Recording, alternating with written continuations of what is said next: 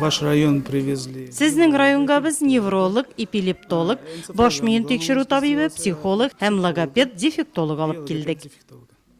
Табиблардан торган мобиль теркемнең Нуратка беренче тапкыр килүе. Тар белгечләр көн дәвамында сәламәтлекләре ягыннан физик мөмкинлекләре шикле, инвалид балаларга, аз тәэмин ителешле гаиләдә тәрбияләнүче 55 балага бушлай медицина каравы үткәрде. Движение Татарстан новый век вот уже почти. Татарстан Яңа Гасыр Республика иҗтимагый хәрәкәте менә инде 20 ел дөрес яшәү рәвеше һәм халыкның сәламәтлеген кайгырту буенча эшчәнлек алып бара. Сәламәт милләт нәрсә ул?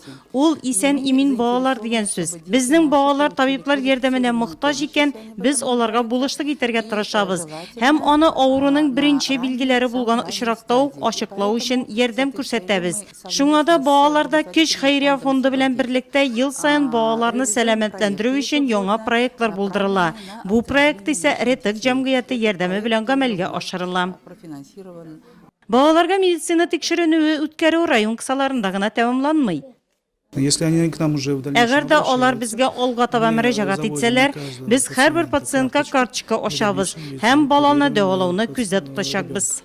Инвалид балаларны тәрбияләүче аналар һәр вакытта да зур шәһәрләргә тернәкләндерү үзәкләренә барып йөри алмый, шуңа без аларны бүген үзебезгә чакырдык.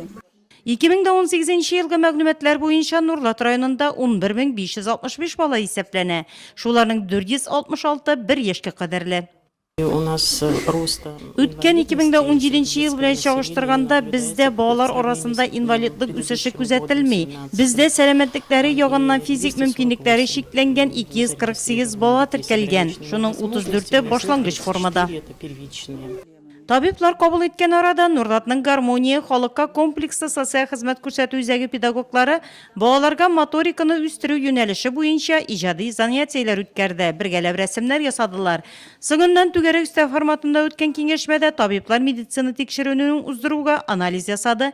Сәламәтлекләрендә тайпылышлар ачыкланган балаларга алга таба дәвалау буенча рекомендацияләр бирделәр.